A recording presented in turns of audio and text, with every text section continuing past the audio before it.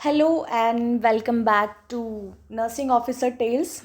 As we all know that कि हम last 3 days से अपना WHO का रीसेंट अपडेट डिस्कस कर रहे हैं. ठीक है. सो आज हमारा उस अपडेट पे एक लास्ट इंटरवेंशन हमारा पढ़ना है, that is postpartum interventions to preventing PPH. So let me put down the heading. Postnatal interventions हम क्या करेंगे एक प्रेग्नेंट या जो फीमेल लेबर में है कि उसको PPH होने से हम लोग बचा सके. Postnatal interventions to preventing PPH, ये आज का हमारा लास्ट टॉपिक है रीसेंट अपडेट पे. सो पहला क्वेश्चन तो मेरा ये आपसे है कि most common cause of PPH क्या है.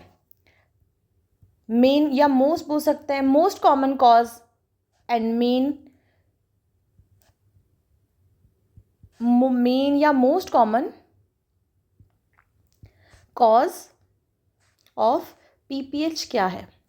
तो इसके लिए एक निमोनिक आप याद रखिएगा, TTTNT.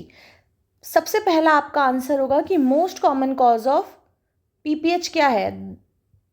अटोनिक यूट्रस. जब यूट्रस कॉन्ट्रैक्ट ठीक से नहीं करता, that condition is called as atonic uterus. ठीक है.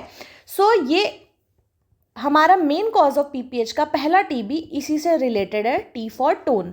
Tone is related to atonic uterus.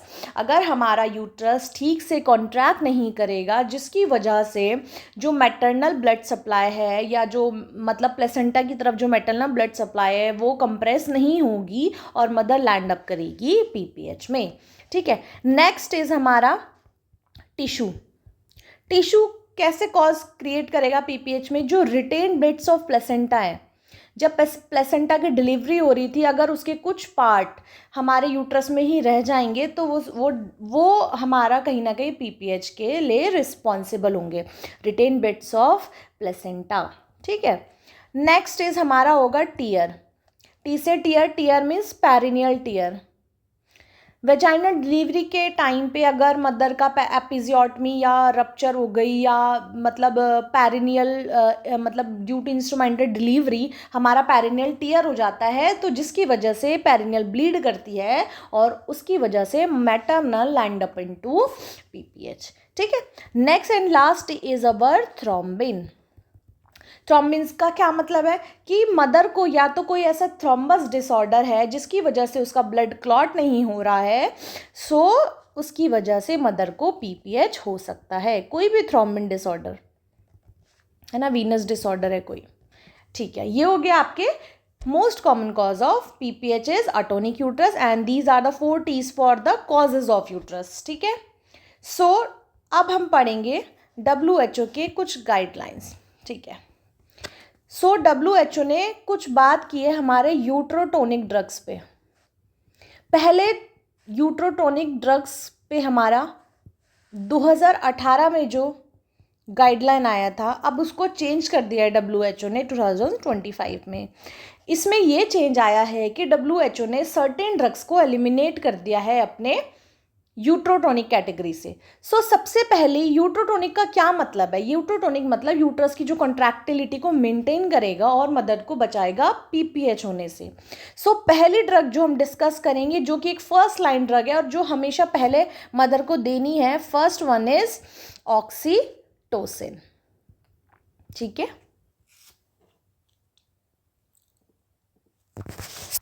सो पहली हमारी ड्रग है ऑक्सीटोसिन. सो ऑक्सीटोसिन को ड्यूरिंग या at the time of delivery कितनी डोज है ऑक्सीटोसिन की. ऑक्सीटोसिन हमें देना है 10 इंटरनेशनल यूनिट. या तो हम इसको IV दे सकते हैं या हम इसको IM दे सकते हैं. ठीक है. और most preferred route IV if patient is having intravenous line. देखो IM इज मतलब IM थोड़ा ईजी होगा, बट IV को मोस्ट प्रेफरेबल इसलिए बोलेंगे अगर मदर के कैनुला इंसर्शन हुआ है तो IV को हम मोस्ट प्रेफरेबल बोल सकते हैं. ठीक है. सो नेक्स्ट क्वेश्चन हमारा होगा कि हमें ये ऑक्सीटोसिन देना कब है. ठीक है. When to give oxytocin. When to give, पहला क्वेश्चन तो यही होगा, हमें कब देना है. Soon after delivery. किसकी delivery.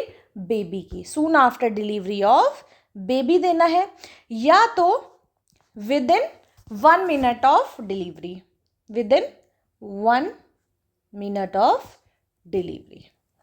When to give oxytocin, soon after delivery, या तो हम विद इन 1 मिनट दे सकते हैं, ठीक है। नेक्स्ट क्वेश्चन है, अब ऑक्सीटोसिन को हमें डाइल्यूट किस में करना है, ये हो गया हमारा व्हेन टू गिव। नेक्स्ट हमारा क्या होगा, डाइल्यूट किस में करना है, डाइल्यूट किस में करना है, ठीक है। अगर हम आईवी रूट यूज करेंगे, if we are using IV route, so हमें किस में डाइल्यूट करना है ऑक्सीटोसिन को, एनएस में या तो आरएल में, ठीक है।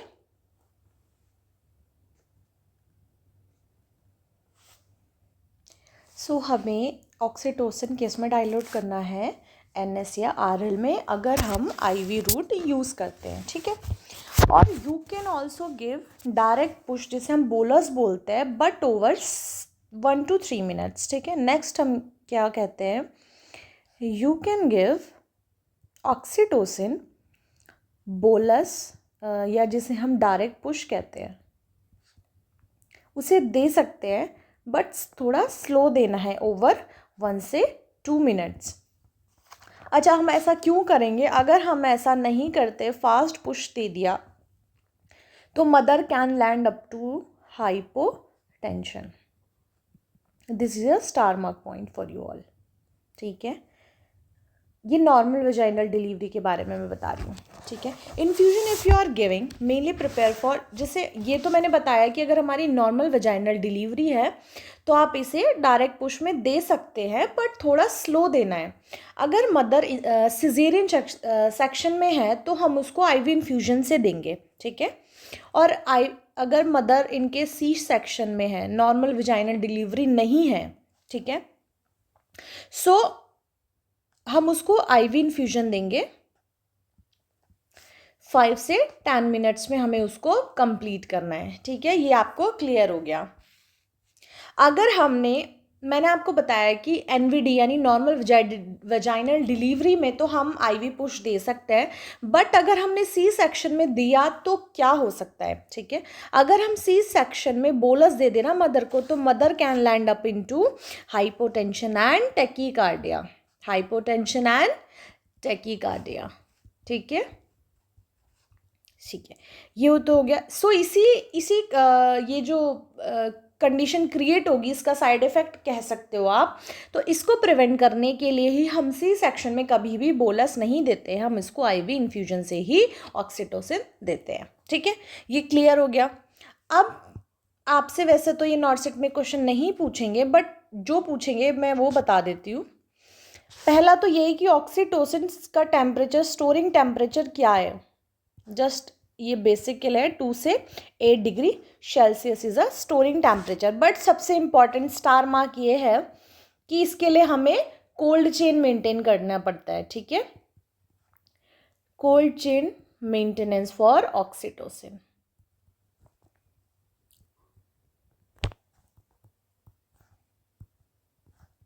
ठीक है, ये क्लियर हो गया। बट अगर हमारे पास कोल्ड चेन की फैसिलिटी नहीं है, या हम किसी भी मतलब रीज़न की वजह से मदर को ऑक्सीटोसिन या स्टॉक अनलिमिटेड नहीं है, या हम कोल्ड चेन मेंटेन नहीं कर सकते, तो हम क्या, हमारे पास एक ऑप्शन और है, यस, तो वही हमारा ऑप्शन होगा, हमारा second uterotonic drug, that is carbetocin. WHO ने सिर्फ 3 ड्रग्स को ऐड कर दिया है अपने यूट्रोटोनिक्स में, बाकियों को हटा दिया है लिस्ट से, ठीक है। So carbetocin is a second drug for uterotonic. अब इसकी डोज क्या है, डोज इसकी इंपॉर्टेंट है 100 माइक्रोग्राम, और इसको हम IV या IM दे सकते हैं, ठीक है। लेकिन अब फिर से वही क्वेश्चन आता है कि व्हेन टू गिव, ठीक है, इसको कब देना है, व्हेन टू गिव, इसको हमें देना है सून आफ्टर डिलीवरी और with in 1 minute of delivery, जैसे हम ऑक्सीटोसिन देते हैं, ठीक है। सून आफ्टर डिलीवरी और with in 1 minute of delivery, ठीक है, ये आपको क्लियर हो गया। ठीक है, अब कार्बिटोसिन देने के कुछ कॉन्ट्राइंडिकेशंस है कि ऐसे कौन से केस हैं जिसमें हम कभी भी कार्बिटोसिन नहीं दे सकते हैं। ठीक है, तो थ्री ऐसी जगह है, या आप बोल सकते 3 ऐसी कंडीशंस हैं जिसमें हमें कार्बिटोसिन प्रेगनेंसी में या लेबर में नहीं देना है। ठीक है, हम डिस्कस करेंगे contraindications for कार्बिटोसिन।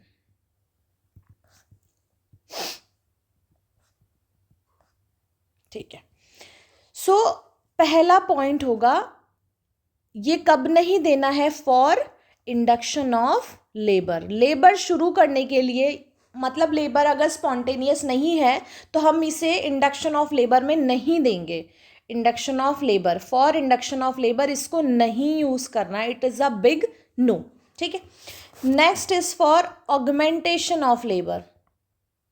Augmentation of labour मतलब लेबर नॉर्मल तो है, स्पॉन्टेनियस लेबर है, बट हमें उसकी स्पीड को पुश नहीं करना है। तो उस केस में, अगर जिस केस में हमें मतलब हमें कार्बिटोसिन नहीं देना है, किस लिए? फॉर ऑगमेंटेशन, लेबर को स्पीड अप करने के लिए हम कभी भी कार्बिटोसिन नहीं देंगे। ठीक है, ठीक है। थर्ड क्या होता है इससे? अच्छा, अब ये दोनों का रीज़न क्या है? इससे क्या हो सकता है? यूट्राइन रप्चर हो सकता है। ठीक है, इसलिए हम कार्बिटोसिन इन 2 केसेस के लिए नहीं देंगे। And third one is for treatment of PPH. Carbetocin is use for the prevention of PPH and not for treatment of PPH. ठीक है, ये 3 पॉइंट हो गए हमारे कॉन्ट्राइंडिकेशंस फॉर कार्बिटोसिन। ये आपको क्लियर हो गया? ठीक है, अब हम अपनी थर्ड ड्रग डिस्कस करेंगे, दैट इज, अब कार्बिटोसिन भी अवेलेबल नहीं है तो हम थर्ड ड्रग क्या दे सकते हैं? जो थर्ड ड्रग पे WHO ने बोला है रिसेंट अपडेट में, दैट इज मीजोप्रोस्ट। मीजोप्रोस्ट। सो आप एक बार रिपीट कर सकते हैं कि हमारी 3 ड्रग कौन कौन सी WHO ने यूट्रोटोनिक्स के लिए बात की है। First one is main line जो ड्रग है वो है oxytocin, second is carbetocin and third is misoprostol. इन तीनों को आपको बाय हार्ट याद करना है, क्योंकि हो सकता है नॉर्सेट में इनमें से कौन सी यूट्रोटोनिक ड्रग नहीं है, नॉर्सेट क्वेश्चन दे दे, और ये तीनों हमारी है। ठीक है, इनमें से जो एक्स्ट्रा ऑप्शन होगा वो हमारा नहीं है। ठीक है, सो अब हम मीजोप्रोस्ट की डोज कितनी देनी है? मीजोप्रोस्ट देना है हमें, या तो हम 400 दे सकते हैं या हम 600 माइक्रोग्राम दे सकते हैं। 400 हमारी इनिशियल डोज है और 600 हमारी मैक्सिमम डोज है। ठीक है, ठीक है। अब इसको कौन से रूट से देनी है? ये तो हो गई डोज की बात। अब हमारा रूट क्या हो सकता है? या तो हम इसको ओरली दे दें, या अब हम इसको सबलिंगुअली भी दे सकते हैं, या हम इसको बक्कल म्यूकोसा में यानी बक्कल कैविटी में भी दे सकते हैं, या हम इसको रेक्टल भी दे सकते हैं। ठीक है, ये हो गए इसके 4 रूट। ठीक है, नेक्स्ट क्या है? अच्छा, इसको हम ना सेल्फ एडमिनिस्ट्रेशन मेडिसिन कह सकते हैं। मीजोप्रोस्ट क्या है? सेल्फ एडमिनिस्ट्रेशन है, क्योंकि ये ओरली ले सकते हैं पीपीएच को बचाने के लिए।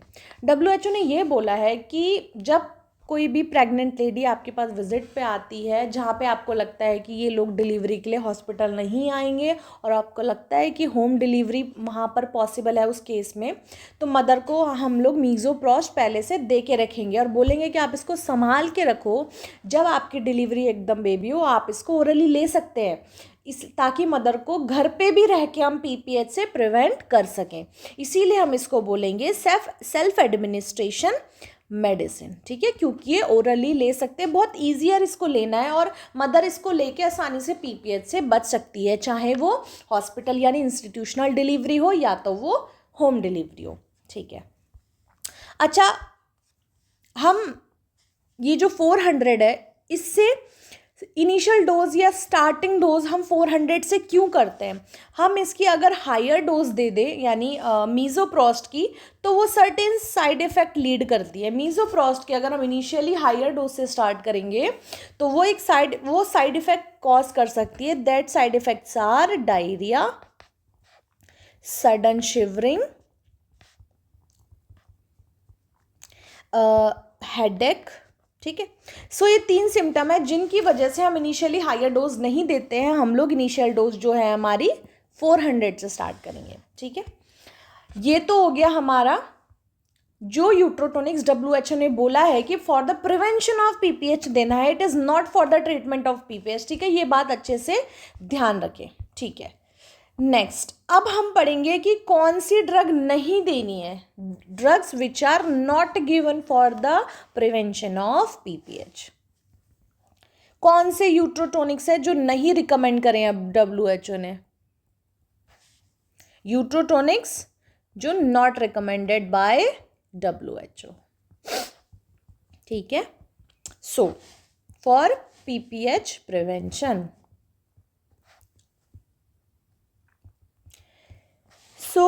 पहला इसमें हमारा 3 कैटेगरी आएगी।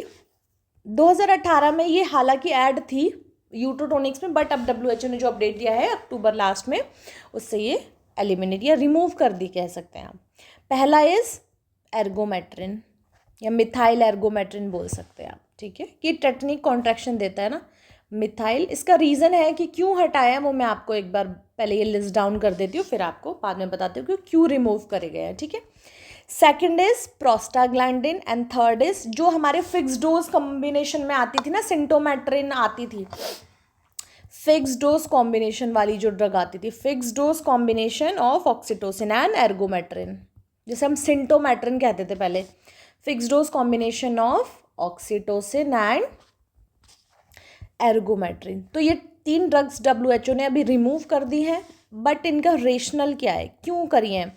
क्योंकि ये जो तीनों ड्रग्स हैं ये रिस्क को इंक्रीज़ करती है, किसके? हाइपरटेंशन के, ठीक है। इसलिए अगर मतलब क्योंकि कहीं ना कहीं इसकी वजह से मदर को कार्डिक कंडीशन सफ़र करनी पड़ सकती है या अदर साइड इफ़ेक्ट्स हो सकते हैं जिसकी वजह से वुमेन कार्डिक कंडीशन में लैंड अप कर सकती है, ठीक है। सो अब हमारा है नेक्स्ट हम जो डिस्कस करेंगे दैट इज एंटी फिब्रोनोलाइटिक्स पे WHO ने क्या कहा है। एंटी फिब्रिनोलाइटिक एग्जाम्पल बताइए एंटी फिब्रिनोलाइटिक का जो हम पहले यूज़ करते थे फॉर द ट्रीटमेंट और प्रिवेंशन ऑफ PPH पहले की गाइडलाइन में। तो इसका जो एग्जाम्पल है वो है, कॉमनली आपने हॉस्पिटल्स में सुना होगा, ट्रेनेक्सा, जिसे हम ट्रेनेक्जिमिक एसिड भी कहते हैं, है ना, ट्रेनेक्सा। सो WHO ने ये बोला है कि अब ये जो ट्रेनेक्सा है ये हम PPH के प्रिवेंशन में नहीं देंगे, ठीक है। It's a big no. अच्छा, एंटी फिब्रिनोलाइटिक क्या होता है? ब्लड का जो जैसे ब्लड का जो क्लॉट होता है उसका जो फिब्रिन वाला कंपोनेंट है वो क्या करता है? इनसॉल्युबल है, ठीक है। वो क्या करता है? क्लॉट को ब्रेक नहीं होने देता। अब ब्रेक नहीं होने देगा तो हमारा जो प्लाज्मिन बनता है, प्लाज्मिनोजन से वो फिब्रिन पे जाके फिर अटैच होता है जिसकी वजह से हमारा क्लॉट ब्रेक होता है। ये एक नॉर्मल प्रोसेस है, बट हम यहाँ उसी प्रोसेस को ब्रेक डाउन कर रहे हैं ताकि हमारा क्लॉट ना टूटे और मदर को PPH ना हो। तो इसलिए हमें एंटी फिब्रिनोलाइटिक देते थे पहले but for the prevention, but अभी WHO कहता है ये नहीं देना है, ठीक है। सो ये हो गया एंटी फिब्रिनोलाइटिक जिसका एग्जाम्पल है ट्रेनेक्सा। अब हम नेक्स्ट डिस्कस करेंगे अपना कंट्रोल कॉर्ड ट्रैक्शन, CCT बोलते हैं जिसे। CCT is control cord traction, ठीक है। अच्छा, WHO कहता है अगर हम कंट्रोल कॉर्ड ट्रैक्शन कर रहे हैं तो वो सिर्फ कोई ट्रेन्ड पर्सन ही परफॉर्म करेगा, ठीक है। Perform only by skilled person, performed only by skilled person, ठीक है। ये होगी पहला पॉइंट। नेक्स्ट WHO कहता है कि हमें कंट्रोल कॉर्ड ट्रैक्शन कब करना है, यानी when to perform.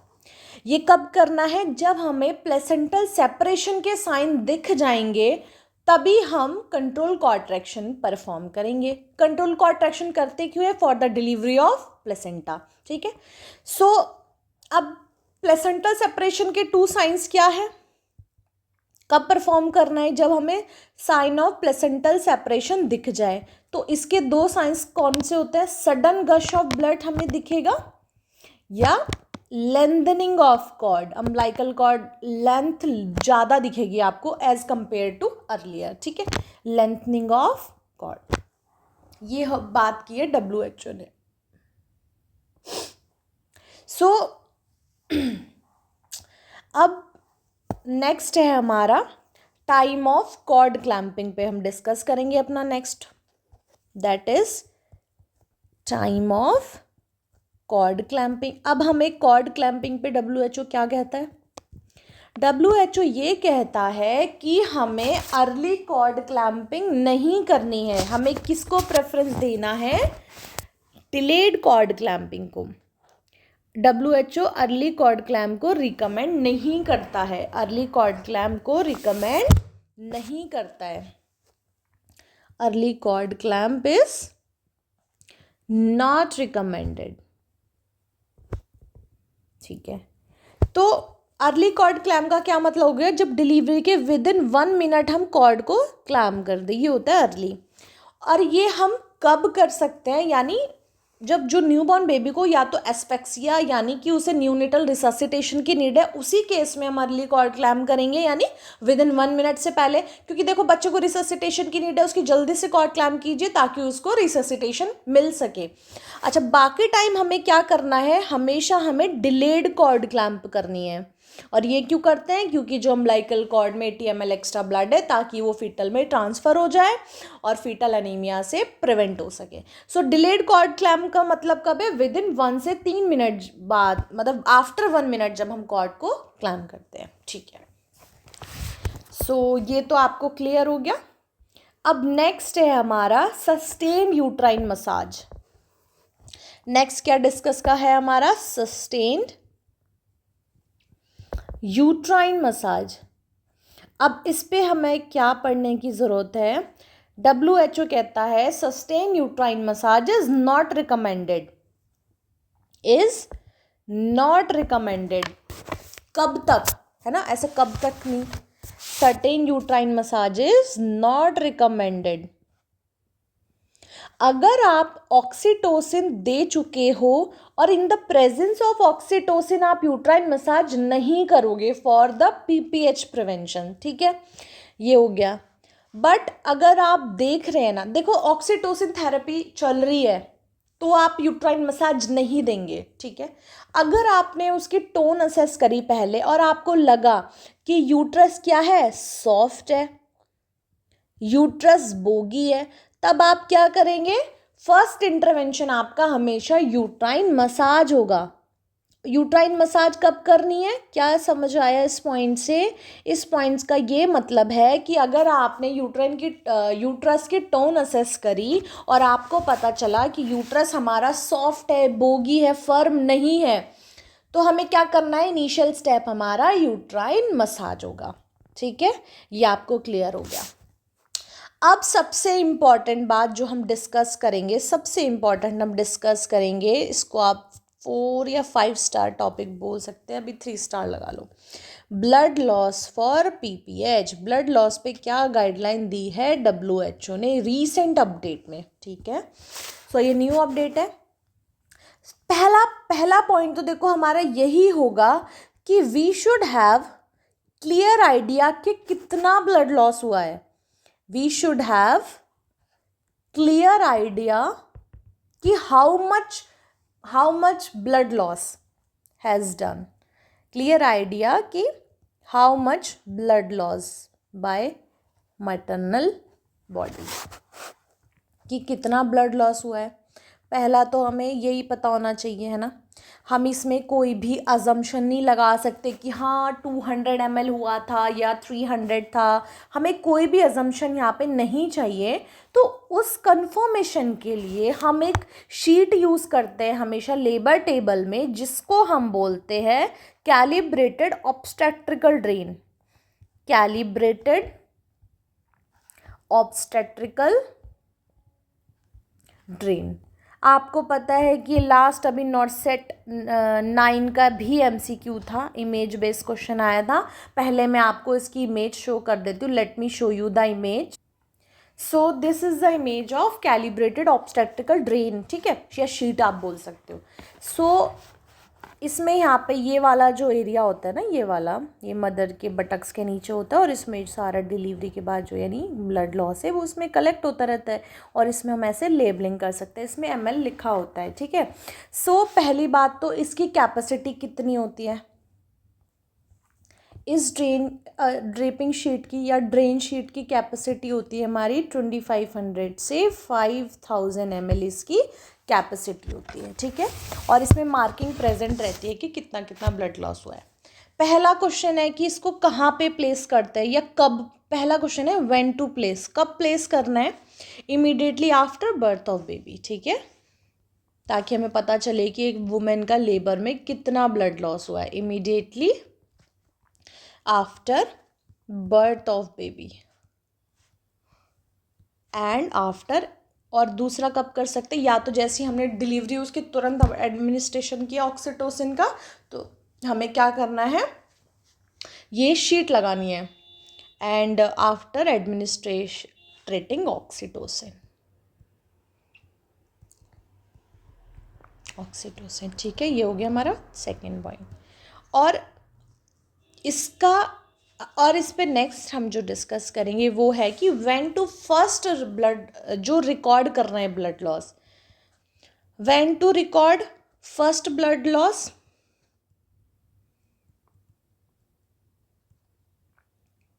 First blood loss कब रिकॉर्ड करेंगे, हमें कब कब करना है, आफ्टर डिलीवरी ऑफ प्लेसेंटा करना है, ठीक है, आफ्टर डिलीवरी ऑफ प्लेसेंटा करना है इसका काउंट। और second 15 minutes after delivery of baby, 15 minutes after delivery of baby, after delivery of baby, जब मतलब कि अगर प्लेसेंटा अभी तक बाहर नहीं, डिलीवरी हो गई बेबी की और 15 मिनट बीत चुके हैं बट स्टिल प्लेसेंटा अभी तक बाहर नहीं आया है, ठीक है। Baby if placenta still not out,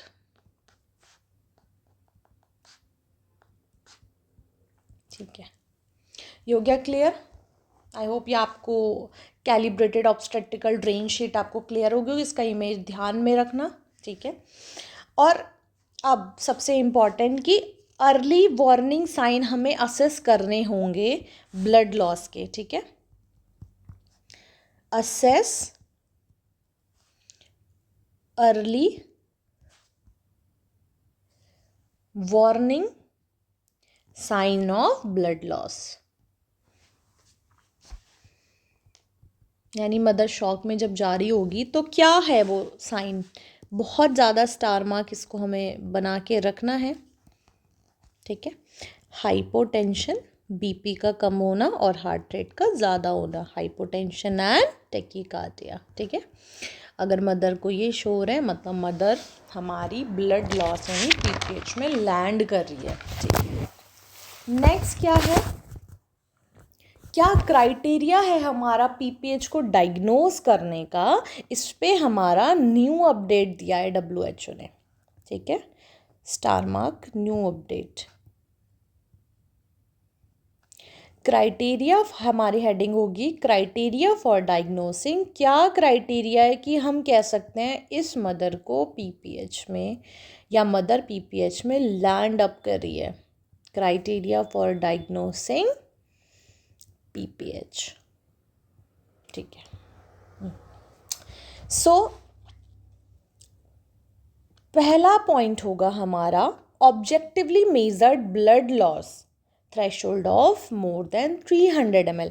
पहले तो हमें देखना है कि more than equal to 300 ml blood loss हुआ है और हो गया जब, और उसके साथ हमारे एबनॉर्मल वाइटल पैरामीटर्स हैं, ठीक है। 300 ml ब्लड लॉस के साथ साथ एबनॉर्मल वाइटल पैरामीटर्स हैं।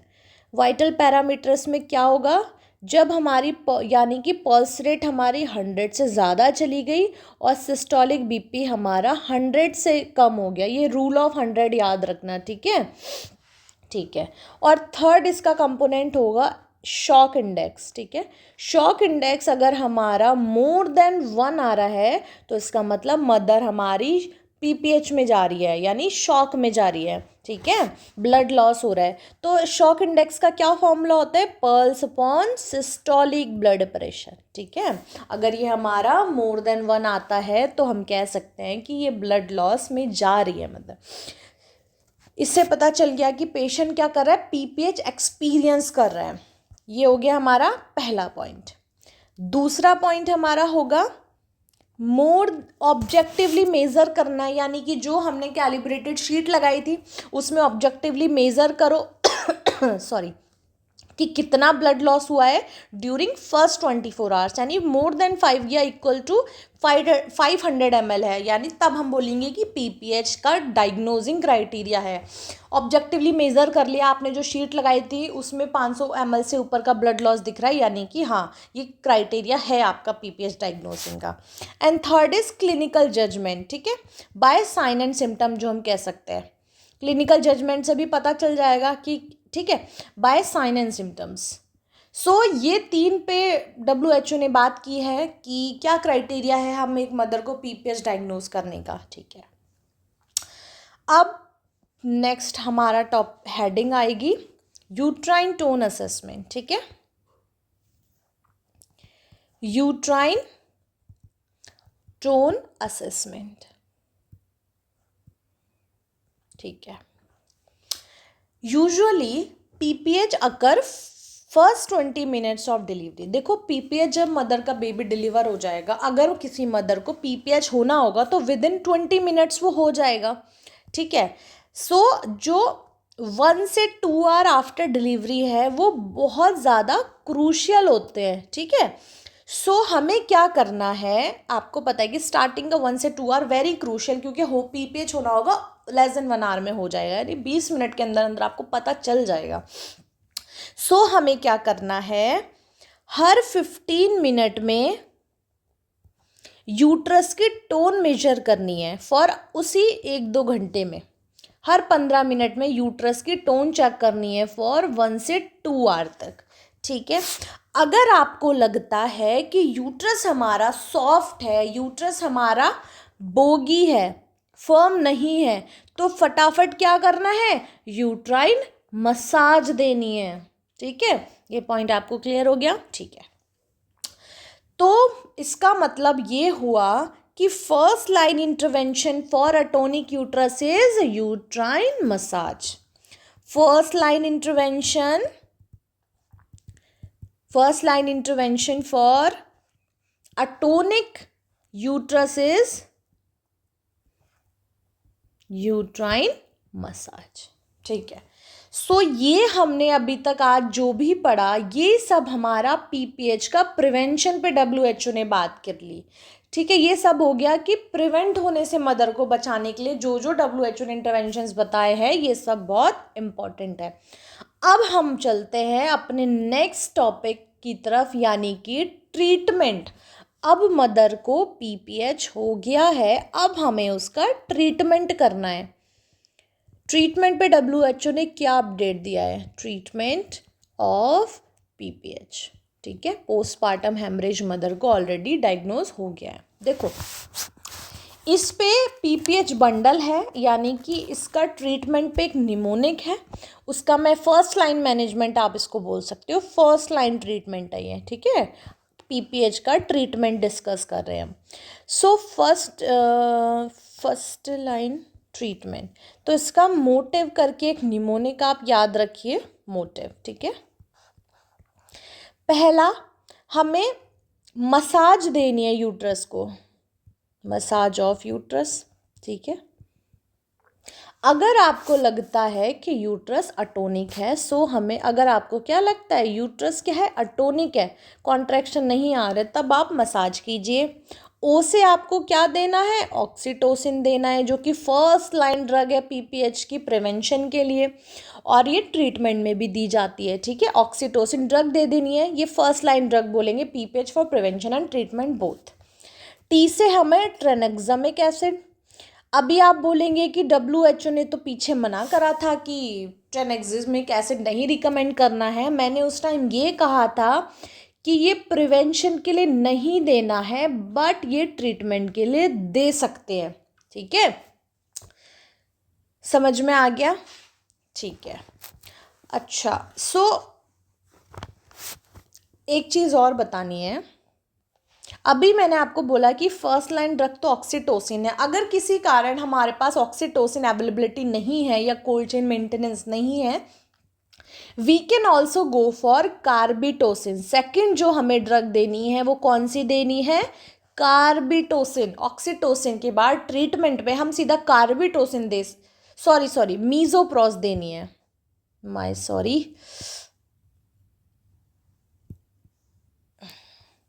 कौन सी ड्रग देनी है, मीजोप्रोस्ट। ठीक है, मीजोप्रोस्ट हमें कितनी देनी है ट्रीटमेंट के लिए, 800 मिलीग्राम। ठीक है, पहले हम कितना दे रहे थे, 400 या 600, और उसके रूट अलग अलग थे, oral, sublingual, buccal, rectal. But specific जब ट्रीटमेंट की बात हो रही है तो सिर्फ हमें सबलिंगुअल रूट से उसको मीजोप्रोस्ट देना है। ठीक है, ये क्लियर हो गया। थर्ड मैंने बताया था ट्रेनेक्सा पे बताया था, जो कि क्या है, एंटीफिब्रोनोलाइटिक है।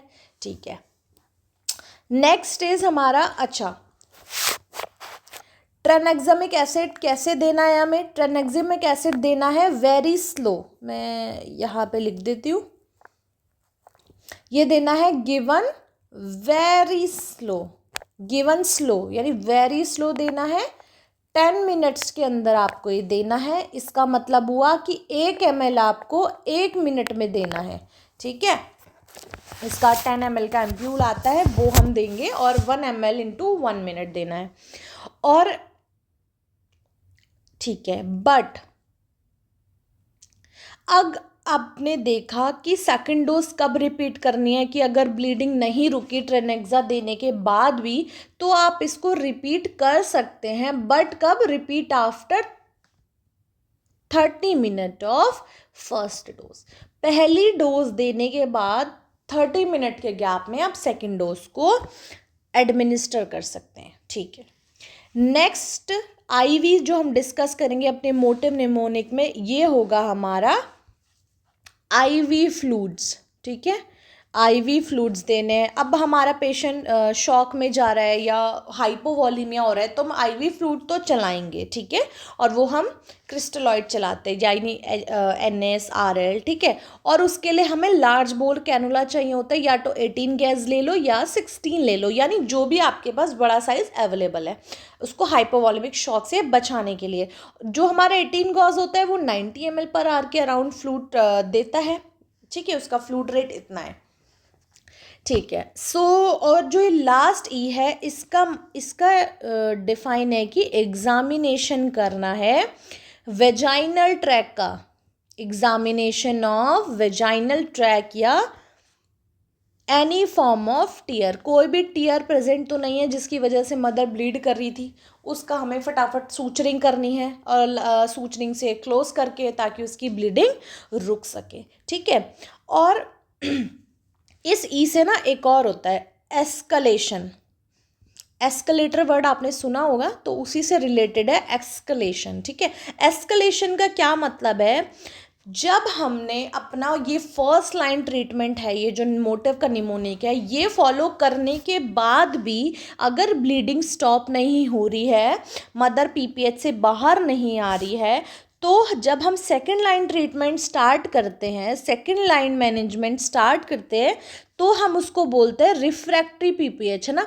जब मदर रिफ्रैक्टरी पीपीएच में एंटर करती है, सेकेंड लाइन जब स्टार्ट करते हैं, तो उसको क्या बोलते हैं, रिफ्रैक्टरी पीपीएच। ठीक है, ये हो गया सेकेंड लाइन के बारे में।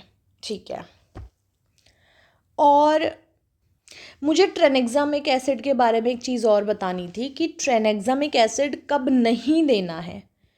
ट्रेनेक्सा हमें कब नहीं देना है, tranexa acid, tranexamic acid do not start. कब नहीं देना है ट्रेनेक्सा? या तो डिलीवरी को 3 घंटे या 3 घंटे से ज़्यादा हो गया है, मोर देन या इक्वल्स टू 3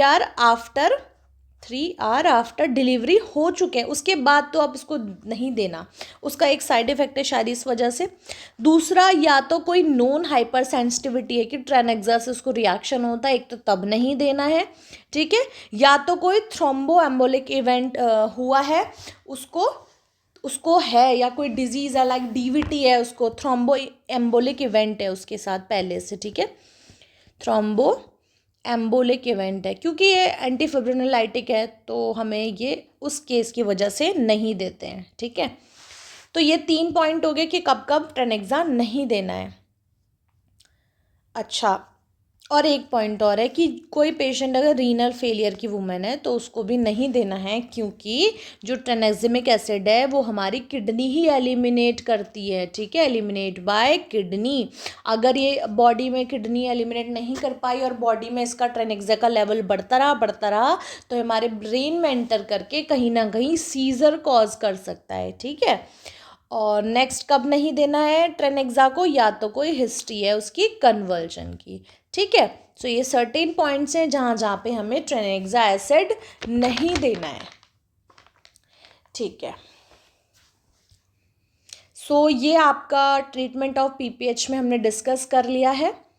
सो ये WHO की रीसेंट अपडेट हमने कंप्लीट कर ली है। आप इसकी सारी क्लासेस लें और अच्छे से नॉर्सेट 10 की प्रिपरेशन करें। आई होप इसमें से आपको सारे इंपॉर्टेंट पॉइंट समझ आ गए होंगे। So keep study and do hard works. Thank you.